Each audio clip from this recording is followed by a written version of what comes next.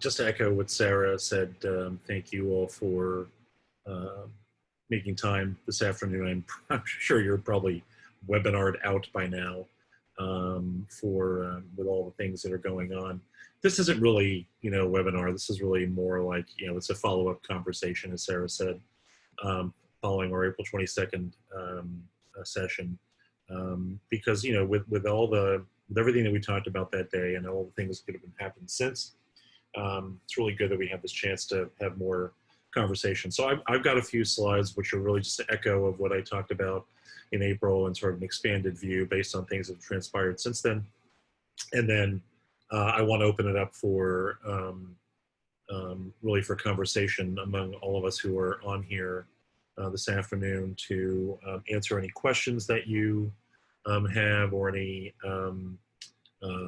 if you've done any work on the handout that I provided for the April 22nd webinar, happy to talk about that with you. Really just, get a sort of a conversation around whatever you'd like to talk about. The one thing I would just ask is if everyone could mute their lines so that there's no background noise while we're talking, and also on the recording. So if everyone could just put themselves on mute right now, I'd appreciate that very much. Okay, so let's jump in. I've just got a handful of slides, then we'll get into more of a conversation. So today is day 169 of the Turbulent 20s, as I said in April. When I first started, when I first wrote about the Turbulent 20s last summer, I was talking about it all fall of 2019. I had no idea, how much would occur in the first less than 6 months into 2020. And so much has happened, and it's important for us to make note of everything that's happened. It's easy as we get mired in details, and as the days run together while we're working remotely, and everyone's sort of experiencing that, what day is today? It's a day that ends in Y, kind of feeling. We really should make note of what's going on, the historical nature of things that are happening, the impact that what's happening is having on our society, and so it's important. But the other thing important to note is that today is day 169 of the Turbulent 20s, but including today, there are 3,485 days left in this decade, and that's really important to know, as we will discuss. Again, the original session was taking the long view. That is still true. We still need to take the long view. And it's even more important now than it even was, I think it's 57 days ago since our webinar, for us to be taking the long view, especially considering all the issues that we're grappling with at all levels of our society. So some things to consider, and I've got 2 slides of this. When we spoke in April, it was really, we've really had to look through the lens of the pandemic. And how that was affecting associations and how it was affecting our society. Now it's really, it's even more about a wider angle view of things, because it's not just about the pandemic. The pandemic remains the most significant issue that we're grappling with probably at this moment in time, because it is a huge domestic and global public health crisis. And so it is ongoing. So that is clearly, the primary issue, and very close to that are the issues that we are now grappling with after 400 years of systemic racism. We are apparently finally, as a country, grappling with what Black people have had to deal with in this country throughout those 400 years, and how we have to really rethink how we have built our society in an unequal way, and to really be serious about addressing issues of social justice. But those are the 2 big issues that we're dealing with. There are multiple significant shifts happening at once, accelerating, and then the pandemic is accelerating the impact, intensifying the impact. We're definitely dealing with a serious economic crisis brought about by the pandemic. Even though there are some positive numbers, we still have to acknowledge the fact that the government has essentially printed trillions of dollars to help cushion the blow of the pandemic and of people losing their jobs. We still have 40 million people out of work, and even though markets have rebounded, it doesn't necessarily affect all of us in terms of our day-to-day situations. So and that's another aspect of what's happening. There are other aspects happening outside the U.S. They're also important to all of this. The situation with the pandemic, for example, has enabled China to really assert itself politically, economically around the world, and that is an interesting development. It's going to have ripple effects and consequences throughout this decade. And even though that may not affect all of us on a day-to-day basis, it does have an effect on what is happening, in terms of our economics and in terms of other issues. And there are other things obviously going on, again, some of which are consequences of the pandemic, some of which are consequences of the push for social justice and to end systemic racism, intensifying impact. So, the bottom line is any pretense that we might have had that there was going to be a new normal or even a so-called next normal, I think is really something we've got to dissuade ourselves from believing. The phrase I'm using now is that we are in a discontinuous next. We're always going to be in some next iteration of what is going on as other things developed, and it is not always going to be forward progress. It's going to sometimes be steps backwards before we take forward progress.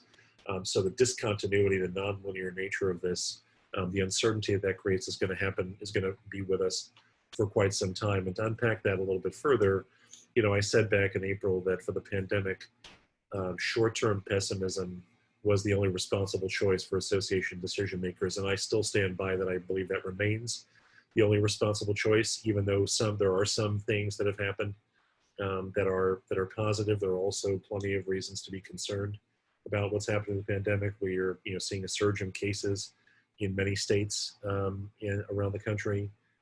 We are, I think, decidedly still in the first wave. I don't think we have yet moved to the second wave, and I think the second wave remains a possibility, although it may not be as deadly as this first wave has been, with nearly 120,000 Americans have died as a result of COVID-19. It will still have a huge impact, and many of the models have shifted up what the fatalities will be by the time this year ends to a higher number. So and the work on the vaccine is ongoing, but I think the most optimistic estimates on the vaccine are still perhaps a little too optimistic. So there's definitely a reason to be concerned. And I think, as I said back in April, the pessimistic mindset is really hard for people to adopt, because we naturally have, hope for the future. And I have hope for the future too, and we'll talk about that a little bit later. But the reason for the pessimistic mindset is that it focuses your attention. It clarifies, it helps you clarify your assumptions. It helps you calibrate your thinking around the issues that you're grappling with. It facilitates your decision making. It helps you take in the information that you need. In adopting a pessimistic mindset, I am actively looking for information that challenges my views of things. So I'm looking for stuff that is positive. And when I find it, I integrate that. It doesn't mean that I don't look for that. It means that I operate from that mindset of I need to operate from a pessimistic place, so that when I'm taking in information that's positive, that helps me shape my perspective more fully. The alternative, of course, is to be overly optimistic, and as a consequence, potentially miss things that undermine your optimism. It makes you, since it makes you sad, you don't necessarily want to deal with it. So, I think that's clearly an issue that we have to continue to address, is how will we observe what's going on around us, and how will we be effective decision makers in our organizations, how will we be effective advisors to organizations, if that's the work that you do.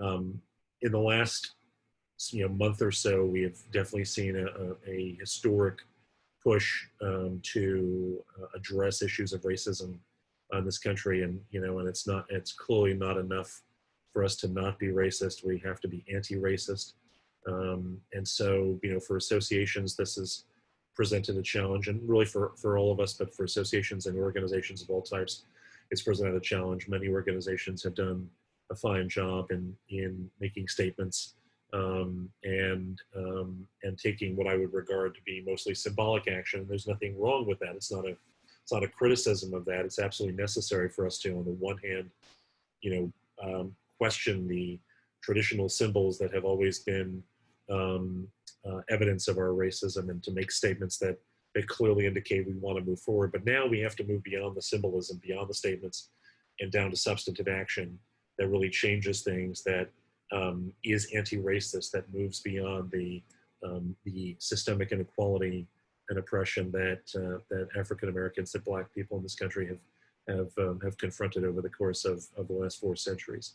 And as all of these issues unfold, whether it's issues related to the pandemic or issues related to the push for social justice and to push back against racism, we're all going to have to adapt, and association decision makers included will have to adapt to the turbulence as these shifts unfold.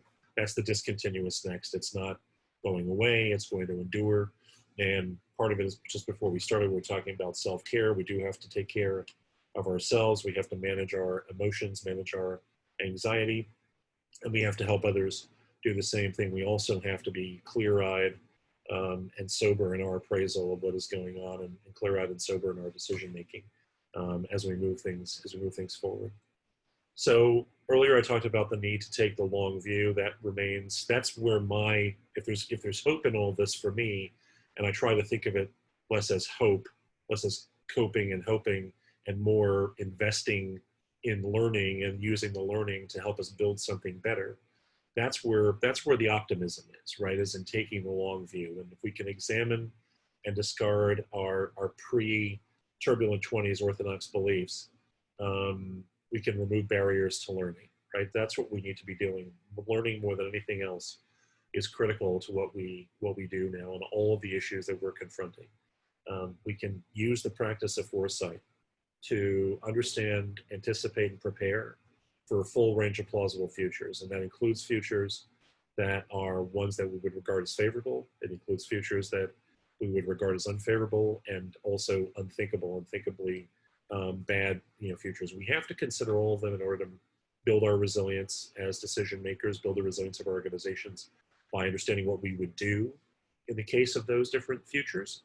And we really bolster and reinforce the importance of the work of foresight if we are able to maintain the same level of fidelity to learning with the future, that sort of forward-looking orientation that we bring to learning from the past. We're very good at learning from our past experiences, and hindsight fidelity, as I discussed in April. It's become even more critical that we develop this habit of mind that prioritizes the future in our thinking and action, so that when we're having conversations, whether it's about issues related to the pandemic or issues related to the fight for social justice and end racism, or other related questions, that we're always asking ourselves, what are the future implications of this? How will this affect our stakeholders, not just the ones we know, but the stakeholders who will become part of our networks, be part of our organizations over the course of the next 12, 24, 36 months, but also how it will affect the stakeholders that we will never know, our successors, those who will come later in this decade, those who may not become part of our organizations, part of our communities, part of our networks until 2028, 2029, and beyond. How will they be affected by the decisions that we're making today? The choices we make now and in these coming 6, 9, 12 months and beyond are going to shape the futures, not just for ourselves, but for those successors. And we need to be thinking about them. And that's where Foresight Fidelity, I think, really has its most significant impact, is when we can replace sort of our short-term self-interest in our thought process with our long-term shared interest with those, especially with those that we will never know personally and with whom we have no current connection and may never have a connection, but nevertheless, they are important to us because we feel responsible for them by the actions we take today. Back in April, I shared, some perspectives with you, and this is my next to last slide before I wanted to open up for conversation with all of you. But we have arrived at a major inflection point. Back in April was really about the pandemic, and that remains true. But the inflection point is larger now because the entire world has reacted to what has happened in the United States over the course of the last month or so, and other countries are also pushing back against racism and other forms of bigotry in their own countries. So this is an inflection point for the entire world. not just in terms of the public health crisis, but also in terms of other issues, social, economic, political, environmental, and other issues. And so that's critical for us to understand. The fact that it's happening is not in and of itself enough for us to reinvent our organizations. We do need to do that. We need to reinvent our organizations for this decade and beyond. Our organizations simply cannot come out on the other side of this, whenever that might be, and be the same, right? We have to be intentional about building organizations that are prepared for what the rest of this decade has to offer, both good and bad. And it's going to require an intentional effort on the part of all of us here this afternoon, and part of all decision makers serving now and serving in the coming years on association boards and in other capacities. We've got to make it happen. We have to be the ones to sustain the effort and to build something new. I really believe that when I scan what's going on, look at the environment today, and look at the horizon of the rest of this decade, that where associations can really make a huge impact in the turbulent 20s is by reinventing themselves as societal institutions that work to rebuild social capital and create new options for what I refer to as positive sum action, not a phrase that we tend to hear a lot about because we're very accustomed to the phrase zero sum, where someone wins and someone loses. That's not what we need right now. We don't need more competition. We don't need more someone has to win, someone has to lose. We need people to work together to develop positive sum outcomes that are going to beneficially affect people's lives. And when you look at the landscape of our society right now, where trust in government and trust in business and trust in media and technology has suffered dramatically over the course of not just the last few months, but the last decade, really, the previous decade, the 2010s. There is a wide gulf between the public and its traditional institutions, and something needs to fill that space. And right now, I don't see really any institution stepping up to fill that void. So this is an area where associations could really play a powerful role, which is really consistent with their traditional role of having built social capital, something that Robert Putnam wrote about years ago in his book Bowling Alone, about the role that associations played in building social capital in the earliest years in the 19th century in this country. But in order to do that, we're going to have to let go of all the things that have divided our organizations. Those disagreements that we've had for decades between powerful personalities, or between our organization and this other organization, or the petty politics, the ideological divides, the tribal loyalties that have emerged. We're going to have to find a way to let go of that stuff and move beyond it, so that we can begin to rebuild the trust and the sense of reciprocity, the desire to help one another, that is so critical to the idea of social capital. The social capital cannot be built in the absence of people being willing to earn one another's trust and wanting to work together and wanting to collaborate and wanting to show, I'm here to help you if you're, and I hope you'll help me as well. We need that cross-boundary collaboration. We need to lower the barriers that we have built up over many years and decades between our organizations to find those opportunities for collaboration. And some of it has emerged over the course of the pandemic. And some of it has emerged in just the last few weeks, as we have seen the fight against systemic racism, and that's great.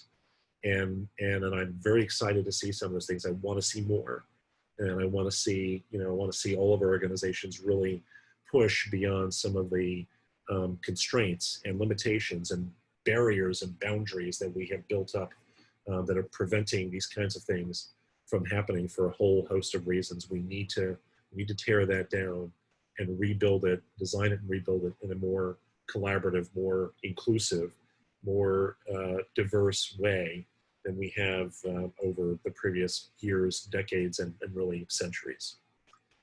And the final thing I want to say before we jump into conversation with all of you, any questions or anything you all want to talk about, is I think one thing, we always talk, I've talked about the importance of learning this afternoon already. I'm sure we'll talk more about it before this hour is done.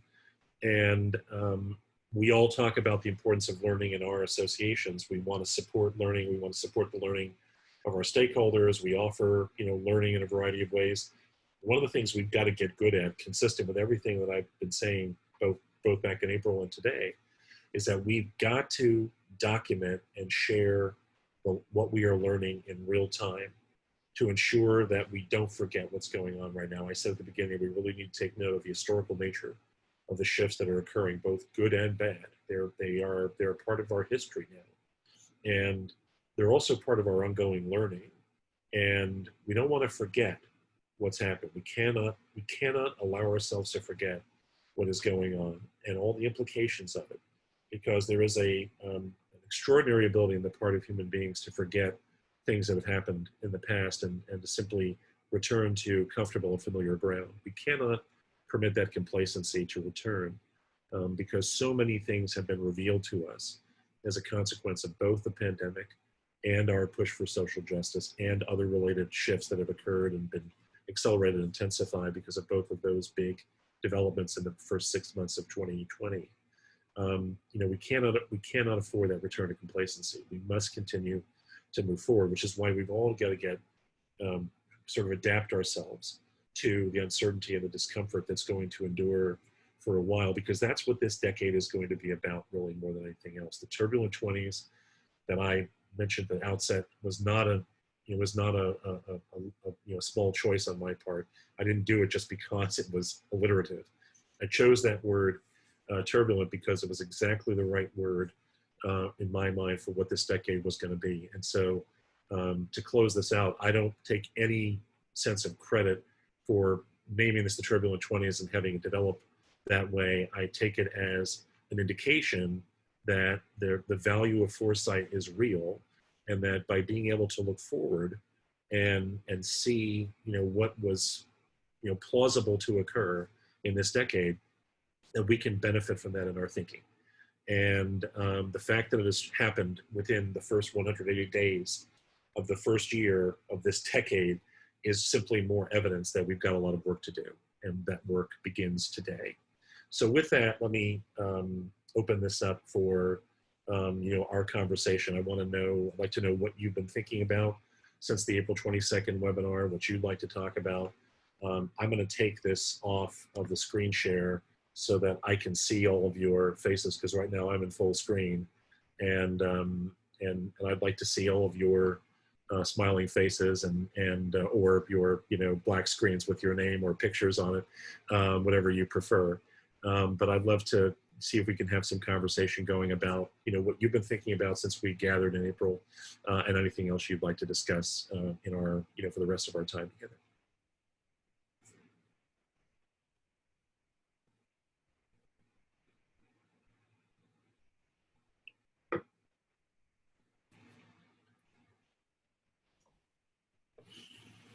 Janice?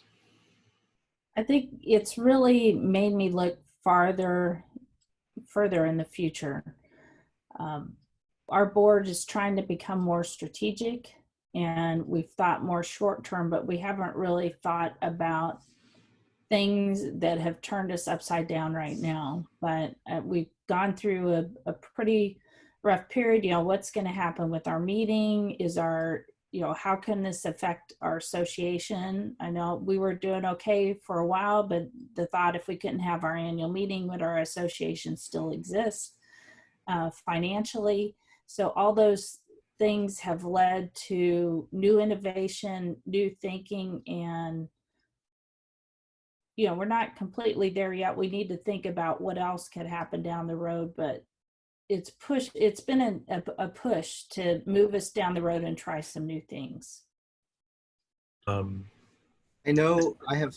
Go ahead. Sorry, Jeff. Go ahead. From a staff person standpoint, being a young Latino professional, there's certainly things that I'm trying to promote actively within my organization in terms of what are we doing to address this, and do we have the capacity to address these needs within our organization.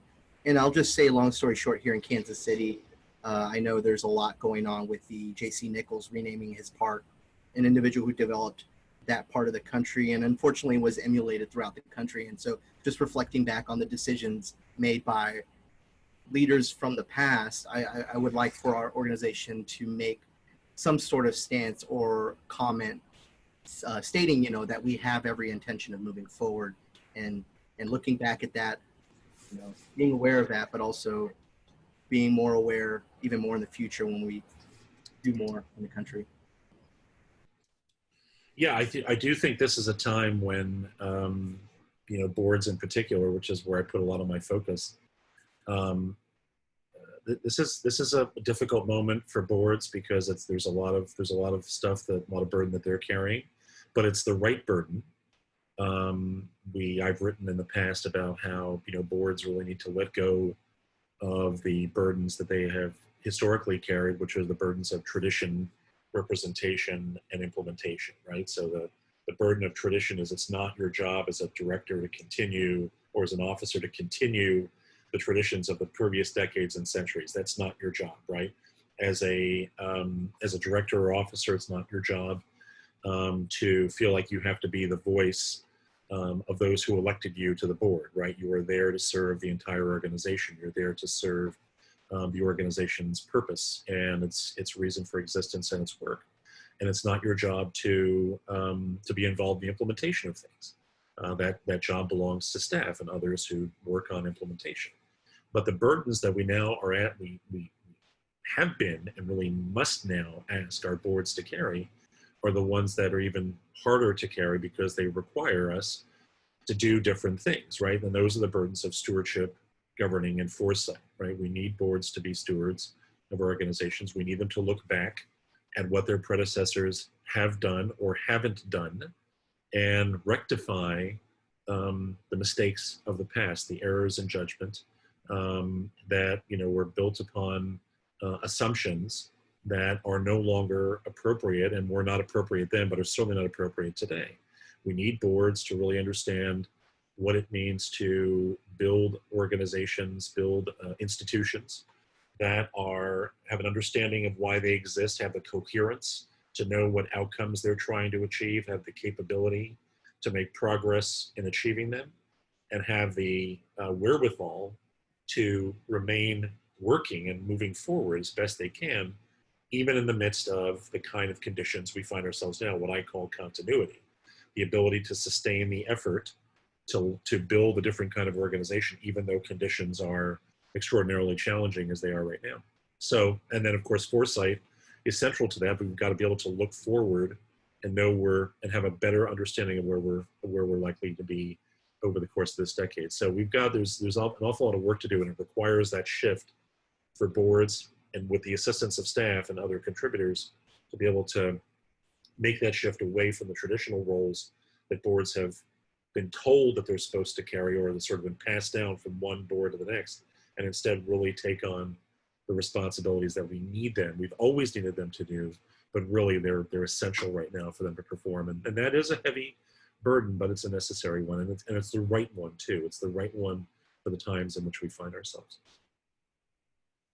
Did anyone, I know part of the session in April, I provided the handout. I don't know if anyone looked at that or tried to answer any of those questions, or shared that with anyone in your organization, with your board, or had a discussion around that. I'm just curious if anyone tried to tackle that resource in any way, or wanted to talk about that, or had any questions about it, or if anyone would like to, I can actually put it up on the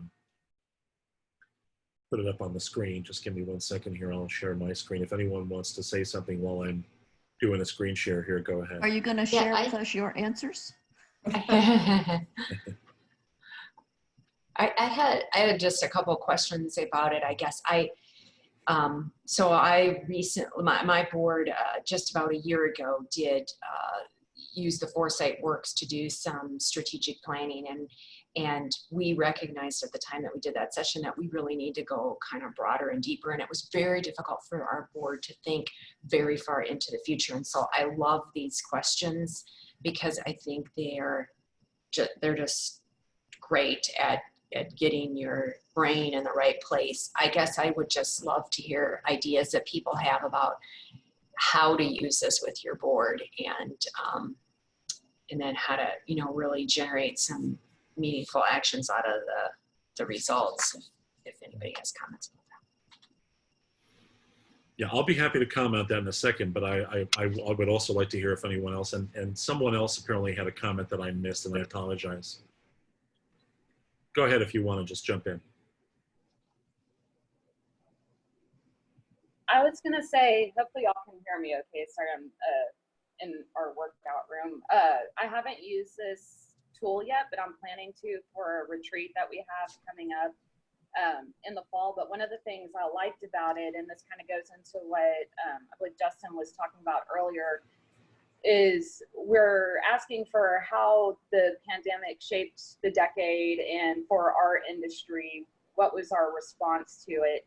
And one of the things that I've had a big shift in my perspective on, especially for our role as an association and sort of being the thought leaders of the industry, is that I guess for me personally, I've always been caught up in this philosophy of foresight, as in how do I adapt to what is going to happen, rather than taking a more intentional approach to what we're doing as an organization to help shape the future. So that's just something I've been thinking about, especially with the issues going on throughout the country, specifically around racism, is what are we doing as leaders to be very intentional in what our organization is going to look like in the future, rather than just relying stuff to sort of happen organically. So I know with at least the other questions, you get very more pointed on how are we affecting this group, how are we affecting these stakeholders and customers. So that's definitely something I'm looking forward to talking to our board about in a few months.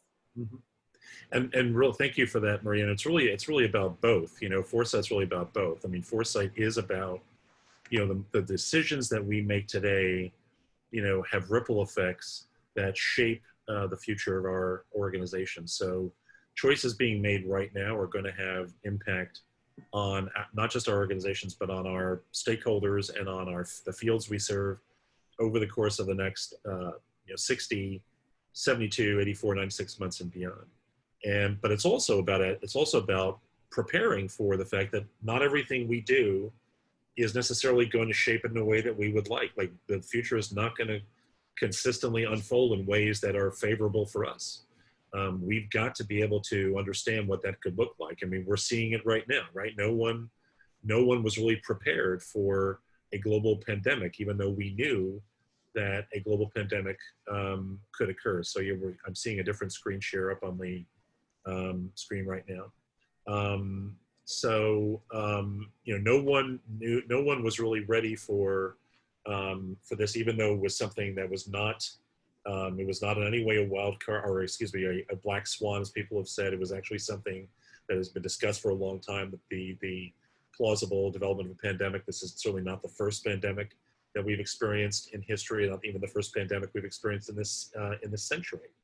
And so we just simply weren't ready for it. But it reveals that we are going to have to confront futures that are not what we want. They're unfavorable for us. And many people have described the coronavirus pandemic as a kind of fast-moving climate crisis, and it absolutely is. And we're going to grapple with a lot of the same issues related to the climate crisis over the course of this decade. And although things have improved slightly as a result of all of us working remotely and not driving as much and not flying as much, whether or not that's sustainable is one thing, but it's not enough. It's not enough to fundamentally alter the course on which we are currently, toward which we're currently headed by the end of this decade, in terms of CO2 emissions and the effect that's going to have not just on our economies, but on our, our daily lives as the temperature of the planet, rises. So we've got a lot of work to do on that front. And again, these are just, a couple of examples. So we've got to be able to adapt to things that we can't control, and try to do things that we can shape, and use our foresight, practices and our mindsets to ensure that we're guiding our organizations through all of this. It's a both and there's a lot of value, and there's an absolute necessity. I think if there's anything we should be taking away from the first 180 months or 180 days, of this decade, is that we've got to get better at understanding what the future holds for us and learning with the future, starting right away. Let me just talk for a second, if I may. I'm going to go back to the screen share. Oh, let me just see. There's a chat message to me here. Sorry, it's someone else. Maria, you put your hand? Was there something else you wanted to say? Sure. So this is Mariah. I'm with the Minnesota Academy of Family Physicians, and I just had kind of thought or slash question for the group, but it's not directly related to these questions. So I don't know if you want me to wait for a second. I'm happy to. Yeah, if you don't mind. Okay. Yep. No problem. I just wanted to walk through the document for a second because since some of you have said that you're planning to use it with your boards. And by the way, I'll just say, here I made this offer. I think in April I made this offer when I posted these questions on LinkedIn. If anyone works on this and wants to send it to me and wants to have a Zoom conversation about what you've written, I'm happy to do that. And I'm happy to be a resource to you on that if that would be helpful for you. So as a way to model the idea of building social capital, let's just say this, right? If you put in the work to respond to these questions, because these are not easy questions. If you've looked at this document, these are not easy questions, and that was completely intentional. And so if you put in the effort to try to answer these questions in a way that I describe it in this document, then I am willing to, offer my assistance to you to help you make the most of the conversation that you would have around this by giving you my feedback on what you prepare. And I can tell you that one person, and I'm not going to say who it is, but one person did send me their responses to these questions. I believe their responses came out to be 7 pages on these questions. And it was quite a long read, and it was a little dark, I got to tell you. And but it was fascinating to read. So I will help you with that if that's something you would like to do. So just reach out to me, and I'm happy to schedule something that's timely for both of us. What I want to say about this document is, and I haven't had a chance to update it, but consistent with what I've said this afternoon, I think that these questions now have to even go beyond the pandemic, right? They have to go beyond just the developments that have occurred, over the course of the first few months of 2020, to expand to include, the broader issues that we've been discussing. Certainly the push, the necessary push for social justice and the end of systemic racism and the related developments that have occurred, the economic concerns and so on. So I think as you're looking at this, you want to consider, since it's not yet updated, and I will try to do that soon, it's definitely something you want to broaden your perspective on some of these things. This first question is an approach, a practice in futures and foresight called backcasting. So you start from a point in the future, in this case, the end of the decade, and look backwards at whatever time horizon you want to explore. And in an effort to establish a different point of view on what's going on here. So that's what we're doing here with them. We start with the backcasting, because then everything else flows from how you write about what that future looks like, and sort of projecting backwards from December 31, 2029. The thing that I want to really invite you to consider if you choose to use this resource, is to pay close attention to the challenges that I have levied to you. The purpose of these challenges is, in complete candor, to make it harder on you and to make it harder on the people who will have these discussions, because it needs to be a hard process. It's not enough to default to the same ways of thinking that we've always pursued. So when it says here at the beginning, writing your responses, push your thinking as much as possible, and do not use words like customer, member, or membership. And in answer to the first question, in writing your response, do not discuss your association or its stakeholders. Take a vantage point as if your association basically wasn't there. Just write about what happened without the association being a part of it in any way.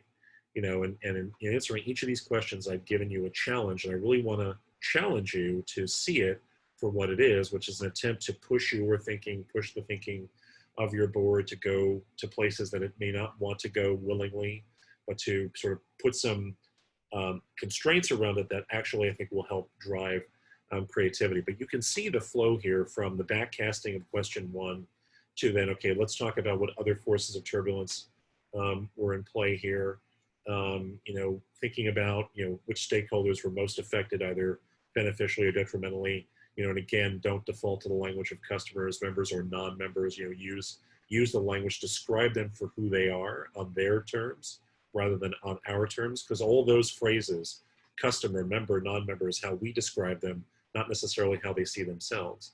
You know, what's the association's purpose? This to me is such a huge question for all of us. You know, since we are only 169 days into this decade, and we have, you know, just under 3,500 days left, this is a real chance for associations to ask themselves, especially if you've not examined very closely and in a deep way what your reason for existence is as an organization. This is a chance for you to reframe your purpose in the context of what is going to happen over the course of this decade. You know, don't restate the current vision, mission, purpose. Develop a new purpose based on how you're answering these questions, based on what you see happening over the course of this decade, based on the forces that are going to be in play in this decade, based on the stakeholders that you see being most affected by what is happening here. Develop a different purpose for this decade that really, because this is what this is about. It's about how do we reinvent our organizations for what's ahead rather than trying to sustain them for where they have been. And that leads you into having a clearer idea of what actions you can take during this decade to help your stakeholders to make progress toward fulfilling that purpose, right? And not to sort of talk about what you're already doing, but what you could do that's new and different from where you have been organizationally. And then finally, really document, really thinking about this process of learning, right? That's why it ends with learning. It begins with a backcasting question and it ends with what is it we need to learn to be able to be effective at doing the things we want to be able to do as an organization. So if you invest the effort in trying to answer these questions and especially pay attention to the challenges that I've issued to you in there, then as I said, I'm very happy to have a conversation with you to help you maximize the value of this. And again, I would encourage you to take a broader perspective, and I will try to update this in the coming, you know, before the end of the month, so that I can provide through Sarah an updated, you know, version that will be more all-encompassing, consistent with what I've talked about this afternoon. So let me stop the share and see, you know, what other questions you all have, or if there's any questions about what I just said. You know, and I just want to, I appreciate the comments that are being made here, and I just want to be, if I may, just a little you know, bit picky about something that I was, because, and it's important because it goes back to what I was saying before about the burden that that boards have. So I really want to encourage you to describe what this resource is as a part of the work that boards have to do, rather than describing it as an exercise. And let me explain why, right? Sometimes people misinterpret what an exercise is, right? Sometimes they interpret it as, this is something we're doing just to sort of get our juices flowing and our brains working, and it's intellectually stimulating.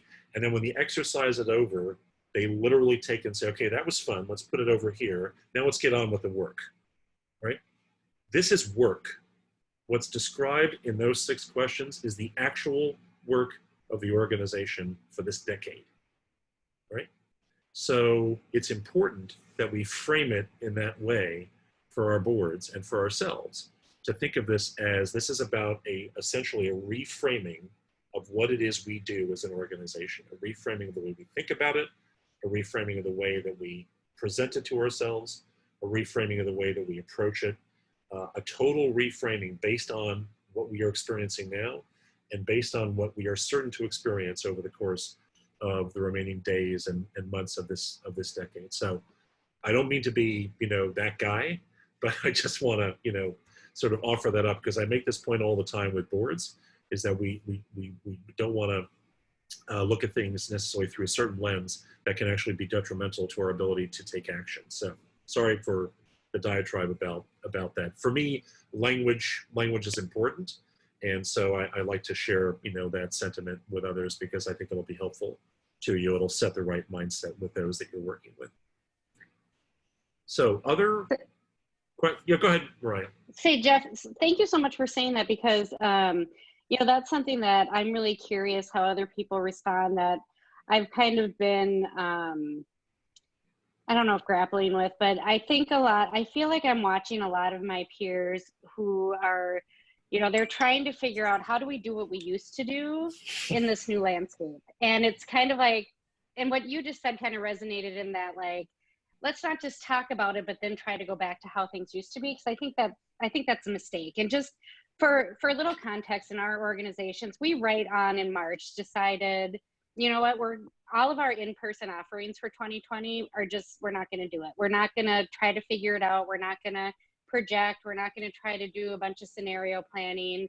We're going to, you know, instead shift and figure out what do our members need from us right now. And, you know, I say, this is my saying all the time, and let's stand on that gas pedal and make it happen. And so that's been really helpful for us in 2020. And I feel like it's allowed us to be very relevant and provide really meaningful offerings to our members. And they're not anything that we used to do. And so now we're in a position where we're starting to plan for 2021. So we have a retreat next week. One of the examples that I'm kind of running around in my head. So we're in Minnesota, and there's Education Minnesota, which represents all the school districts, announced this week that they're asking all the school districts to put together 3 different scenarios for the fall, which totally makes sense to me. I get that. But when I hear that, I hear we're going to ask you to put time, energy, and resource into 3 scenarios, which feels daunting when I think about planning for 2021. And, you know, as an organization, we've made the decisions. We've cut back our entire staff by 20%, you know, during this transitional time of unknown.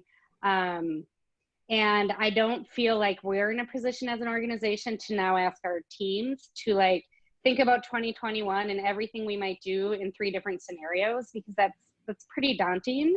And so we're having this retreat next week.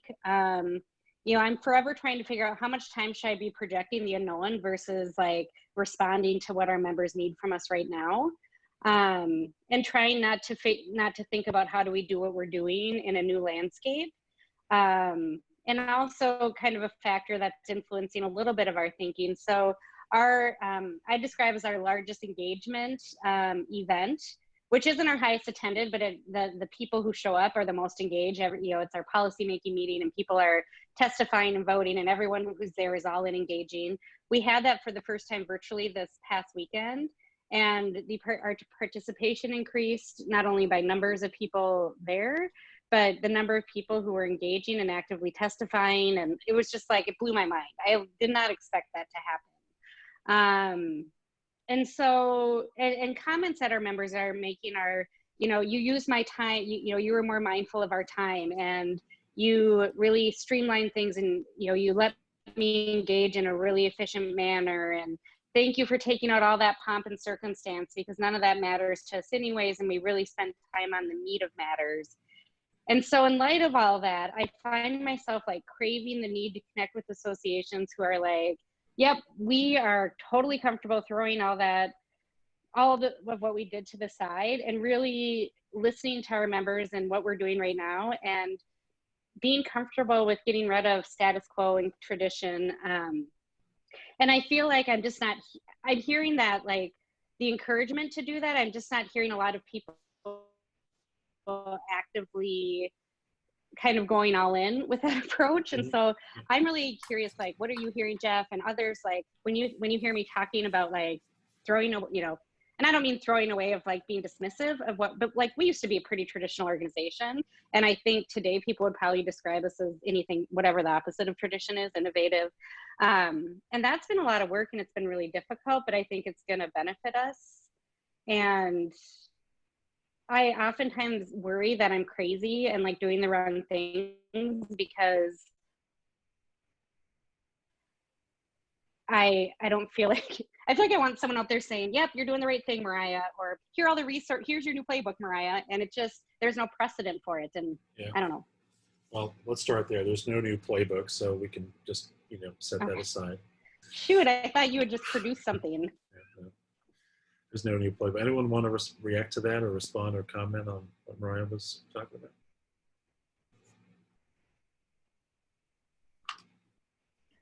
I think you're being very progressive. I kind of feel, listening to you, that maybe I've been focusing too much on the next few months and not the future. So I've learned a lot just listening to you, and I think your thought process could go a long ways to keep ensuring your organization stays relevant. And it is a very uncomfortable place to be, because it seems like these days there isn't much that's steady. So I can see why you're struggling with it, but I think you're actually being very creative and showing a lot of leadership.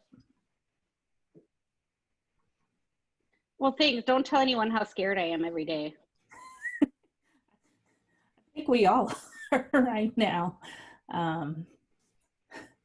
Yeah.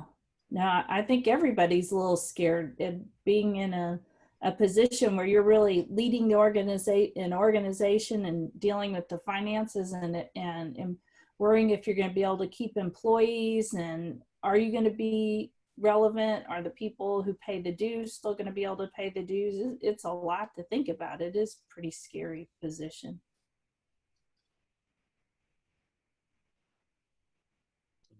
I don't know if anyone who's not on video right now, but is maybe listening in, wants to comment, or anyone at all wants to offer any thoughts. I would just say that I think that you're absolutely on the right track, and I applaud your courage in kind of in yourself. And I want to assure you that we're all a little bit terrified all the time. And I just really appreciate you sharing what's going on in your organization. I think I'm going to be thinking on that for a while. So thank you. This has been some great discussion.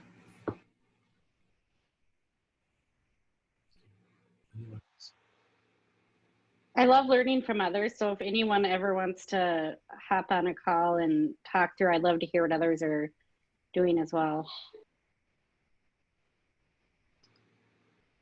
Yeah, I think that's a great idea, and I'm sure Sarah can facilitate, that outcome if anyone's interested in doing that. So we've got about 5 minutes left, and if I assume, Sarah, if we wanted to go, for another 5 minutes beyond that, we could if people wanted to stay on. But I don't want to short circuit this conversation. I do have a couple of sort of closing slides. So if we want to continue on this along this conversation for another few minutes, I'm happy to do that.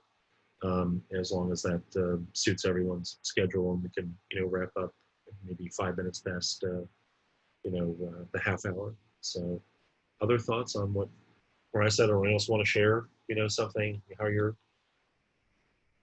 thinking about things?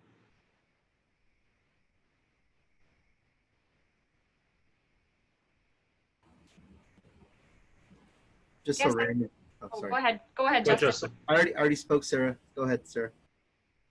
That's okay, Justin. Go ahead. Well, just something I was thinking about, and it was through a conversation with, I guess he's more of a mentor with me. He's the executive director of the Hispanic Chamber, and they were talking about how we can induce change within our culture. And we think about government agencies and how can we reform them, but I never really thought about it. But what about our local nonprofit organizations like our Chamber of Commerce's? There's 45 of them in Kansas City, but only less than a handful that represent diversity. And so, what can we do to educate the staff and leadership of those organizations and hopefully trickle down into their culture? But just something I was introduced yesterday that I'm just still mind blown about, because it's just something in front of me that I just never thought about before. Yeah, I think we're all going to have to examine very carefully things that are right in front of us and have been for a long time, that are just really were never acceptable and aren't now, in terms of the the lack of diversity, the lack of inclusion in our organizations. I've been telling associations for a long time now that you need to start seating more diverse boards, and there's no excuse. There's no excuse, right? We've designed our bylaws to exclude people, and that's an historical fact. and it can't be defended. It can't be sustained in 2020 and beyond. It's got to be. We've got to start. No more excuses that we can't find qualified black candidates or female candidates or candidates of color or LGBTQ candidates or any other form of demographic or identity diversity. We've got to be able to shed those beliefs, and if that means we have to seat directors who aren't members of the organization to start, then that's fine. We have to achieve the outcomes that are necessary, not just find ways to advance, to just perpetuate the obstacles that have been created by us over many years and decades. So yeah, I think we'll all have to look for strategies about how to change things up across a variety of aspects of our organizations. And I see Sarah shared a resource in the chat, and I'll happily share also with Sarah to send out to you guys. I don't want to take the time to find it now and put it in the chat, but I'll send it to Sarah. I wrote an article with a colleague, Vicki Deal Williams from the American Speech Language Hearing Association. She and I co-authored an article at the beginning of 2019 on board diversity. And I'll happily share that resource as well for all of you. So I want to be respectful of everyone's time. I want to thank you for being a part of this this afternoon. Again, I'll just say one final time: if you intend to go through the use of the resource, the handout that I provided, you want to do that work with your board, you want to have that conversation, I will happily have a Zoom conversation with you to discuss what you're preparing and help you make the most of that conversation. So I'm just going to go back to my slides because I just have a few slides to share. And as a close, just in terms of closing thoughts for all of you, it is a scary time. It is a time of great uncertainty. As I said, we're in the discontinuous next. We're going to be there for a while. We've got to be able to adapt to it. We've got to recognize the situation in which we find ourselves right now is a wake-up call.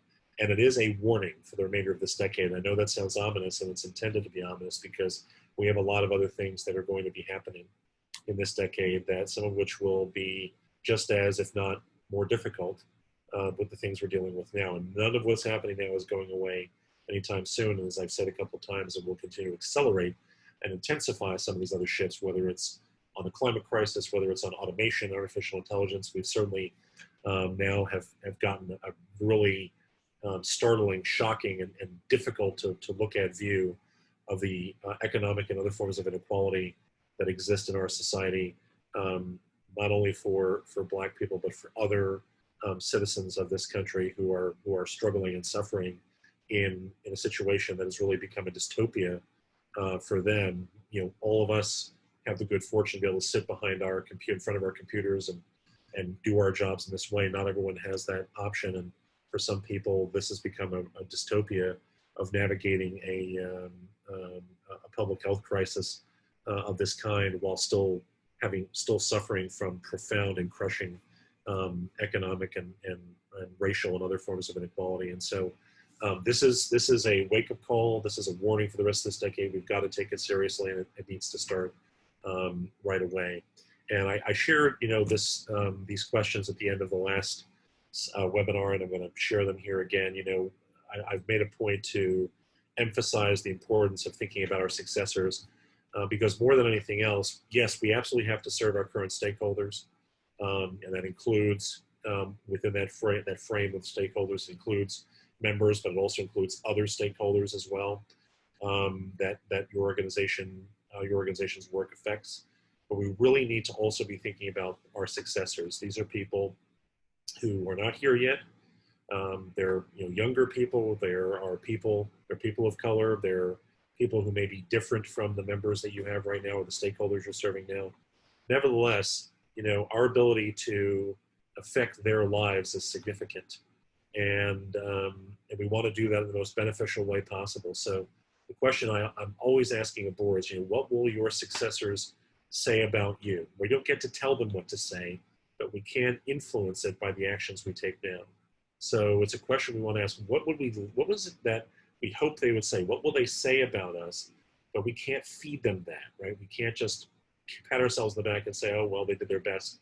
They're going to say something about us in, 84, 96, 120 months or more from now. We want to be able to influence it in a way where they can say, you know what? They thought about us, they cared about us, they made responsible decisions that benefited us even more so they benefited themselves. And the accompanying question with that is, what will you do for your successors? What will you do for people that you will never know? Because that really is a mark of the kind of stewardship and the kind of ethical decision making that we very much need to have in our organizations today. Doesn't mean we haven't been ethical in the past, just means we need to be even more focused on the human and ethical implications of the choices that we make. So I really want to challenge you, if you're having conversations with your boards, to ask them, these questions, and to push to not accept the first response, but to go beyond that and to understand that there's more going on here than just what we would like it to be, but rather what are we willing to sacrifice really for ourselves so that others will benefit? What are we prepared to give up in terms of our self-interest so we can advance our shared interest, especially for people that we will never know? So these are all the places where you can find me online. Feel free to connect on LinkedIn and follow me on Twitter. Visit my website and make note of the email address, because if you want to contact me about going through the 6 questions and having a Zoom session, you can use this email. Happy to schedule something with you at a convenient time. And so with that, I'm just going to thank Sarah, and I'm going to thank Associations North again for scheduling the original webinar and also this follow-up session. And I hope everyone stays safe and well during these challenging times. And I so look forward to seeing you all again at some point on some future session or in some future capacity. So thank you all very much for being here this afternoon, and enjoy the rest of your day.